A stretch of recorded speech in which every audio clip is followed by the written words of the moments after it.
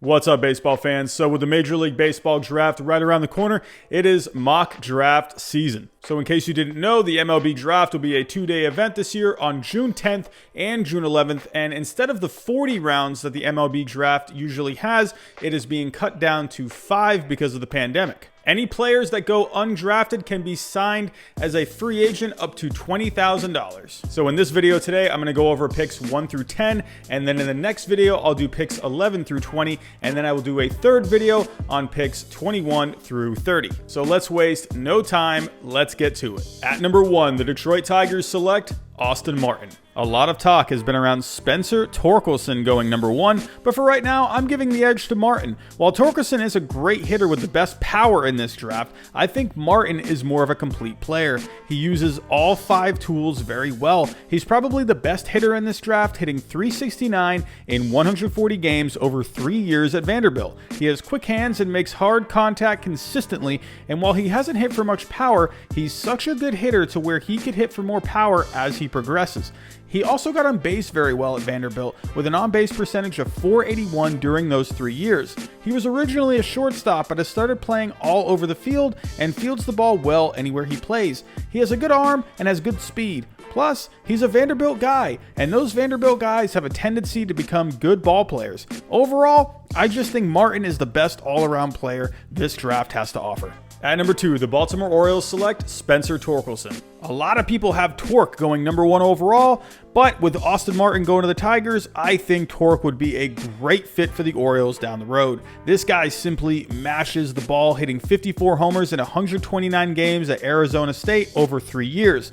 Along with that, he has tremendous plate discipline, shown by his walk rate of 17% during his time at Arizona State. While his best tools are hitting for power, hitting for average, and plate discipline, he still has a ways to go when it comes to fielding. He has improved on his defense at first, but he will need to keep making improvements to be a productive fielder in the major leagues. At number 3, the Miami Marlins select Emerson Hancock. I see a lot of talk around Asa Lacy going in this spot, but I think Emerson Hancock is the safer pick.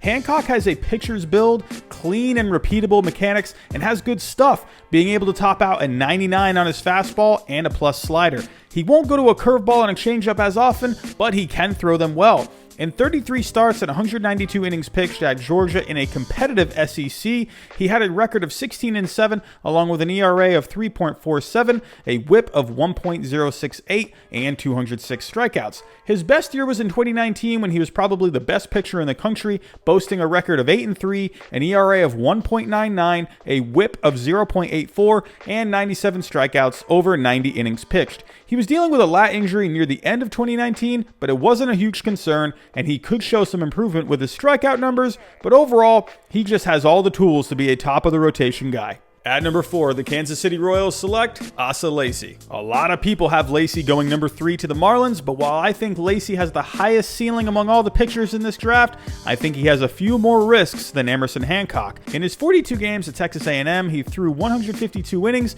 with a 2.07 ERA, a 1.013 whip, and 224 strikeouts. He has a prototypical pitcher's build at 6'4" and 215 pounds at the moment, with room to grow, and he has great stuff. His fastball can top out at 97 with cutting motion, and he has a really good slider to go along with that. He also has a plus changeup and curveball. The problem, however, with Lacy is his command and control. That probably stems from his delivery, which requires some effort, and he has trouble repeating it at times, but this guy has all the potential in the world. At number 5, the Toronto Blue Jays select Nick Gonzalez. Similar to Austin Martin, Gonzalez is one of the best hitters in this draft. He hits more for average instead of power, but could tap into some down the road due to his great bat speed, compact swing, and his ability to get the bat on the ball. He doesn't have the best arm, but at second base, he should be fine. He has decent speed and runs the bases well. In 128 games and 596 plate appearances at New Mexico State, he hit .399, 37 homers, and drove in 152 runs. He also has great plate discipline, shown with his on-base percentage of .502 in 3 years at New Mexico State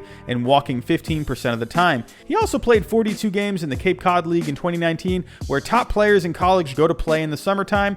That summer, he hit .351 with 7 homers, driving in 33 RBIs, and sported an OPS OPS of 1.081. At number 6, the Seattle Mariners select Reed Detmers. The Mariners do have righty Logan Gilbert, who is the number 38 prospect in all of baseball, and righty George Kirby, who is number 100, but I think the Mariners need to go with a pitcher here to keep building up the pitching in their farm system. Reed Detmers out of Louisville would be a perfect pick here. In 191 innings pitched at Louisville, he had an ERA of 2.95 and struck out a whopping 284 batters. His fastball sits anywhere from 90 to 94, has a good curveball, and can use his changeup effectively.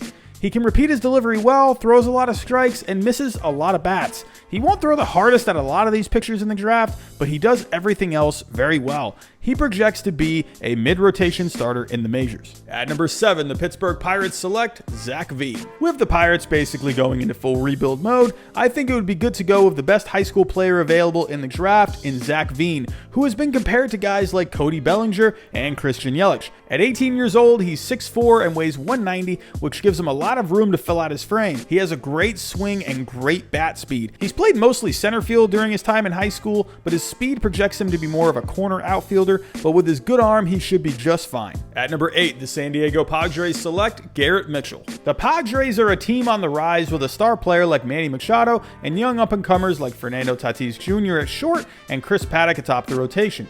In this spot, I can see the Padres wanting a guy close to Major League ready. Garrett Mitchell, who is one of the more interesting prospects in this draft, would be a great fit.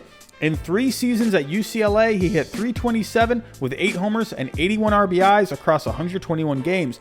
His best tool is his speed. At the National High School Invitational in 2017, he posted a Ricky Henderson-like 6.35 60-yard dash and a Billy Hamilton-like 3.95 out of the box. This translates well not only on the bases, but also in the outfield, which he pairs with a strong arm and great accuracy on his throws. As for his hitting, he can hit for average due to his ability to hit for solid contact consistently along with great plate discipline. He does have power, proven with a couple of bombs he hit at UCLA, but overall the power hasn't translated much to live games. Some scouts say it's due to his swing path, which is more level and better suited for driving balls into the gaps. One more note to add is he does play with type 1 diabetes, but it doesn't really seem to be much of a concern, as many athletes have played with the condition and have succeeded. At number 9, the Colorado Rockies select Max Meyer. Whenever I think of the Rockies, I think of great hitters like Nolan Arenado, Todd Helton, and Larry Walker. However, other than Ubaldo Jimenez, I don't remember many great pitchers coming out of their system. This would be the perfect spot to select one of the better college pitching prospects in Max Meyer. Scouts say he has the best slider in the draft, and his fastball usually sits anywhere from 93 to 97, but he did hit 98 in the 9th inning in one start and has hit 100. However, at a height of 6 feet tall that doesn't historically favor pitchers and only 185 pounds, scouts worry about his durability in the majors. On the other hand, he is known for his competitiveness, and in 3 years at Minnesota, he threw 148 innings and compiled an ERA of 2.13 and 187 strikeouts. This would be a solid pick for the Rockies. At number 10, the Los Angeles Angels select Patrick Bailey. With all of the best college-level pitchers off the board in my mock draft, I see the Angels go ahead and fill another need, and that's at catcher. So why not take the best catcher available in Patrick Bailey? He's a switch hitter that hits well from both sides, has raw power, and a swing that should translate well to the majors. His best tool, though, is his defending, excelling at both blocking and receiving. In 131 games across 3 seasons at NC State, Bailey hit .302, 29 homers, 106 RBIs, and a .979 OPS. So that's the top 10 in my mock draft. Stay tuned for next time where I go over picks 11 through 20. Tell me down below in the comments, what do you think of the mock draft so far? Let me know down below. That's all I have for today. Thanks for watching. I'll talk to you next time.